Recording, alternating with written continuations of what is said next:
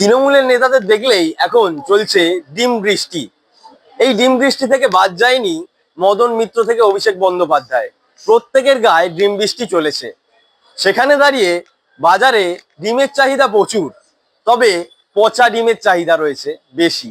কারণ এমনি ডিমের থেকে, অর্থাৎ ভালো ডিমের থেকে পচা ডিম বিক্রি হচ্ছে বেশি।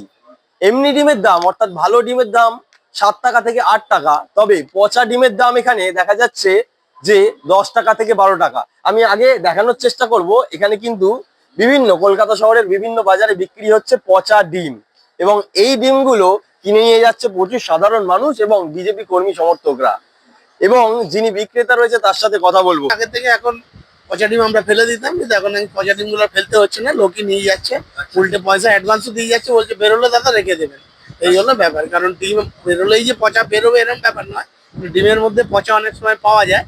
এখন কাস্টমার যারা আসছে তারা পয়সা দিয়ে যাচ্ছে অ্যাডভান্স, বলছে যে পয়সা দিয়ে গেলাম, পচা ডিমটা আমাদের জন্য রেখে দেবেন। ভালো ডিমের চাহিদা বেশি না পচা ডিমের চাহিদা বেশি? এখন পচা ডিম খুঁজছে বেশি, আর ভালো ডিম যারা কিনে কাস্টমার খাওয়ার জন্য তারা নিয়ে যাচ্ছে, আর পচা ডিম নিচ্ছে।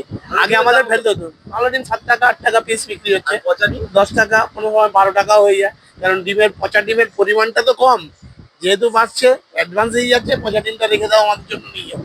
ভাবা যায় এখন কিন্তু পচা ডিমের চাহিদা প্রচুর, এবং পচা ডিম বিক্রি হচ্ছে বেশি দামে। অর্থাৎ ভালো ডিমের থেকে পচা ডিমের দাম বেশি, 10 টাকা 12 টাকায় বিক্রি হচ্ছে পচা ডিম, এবং ভালো ডিম বিক্রি হচ্ছে 7 টাকা 8 টাকায়। পচা মানুষের জন্য পচা ডিম তো নিশ্চয়ই লাগবে।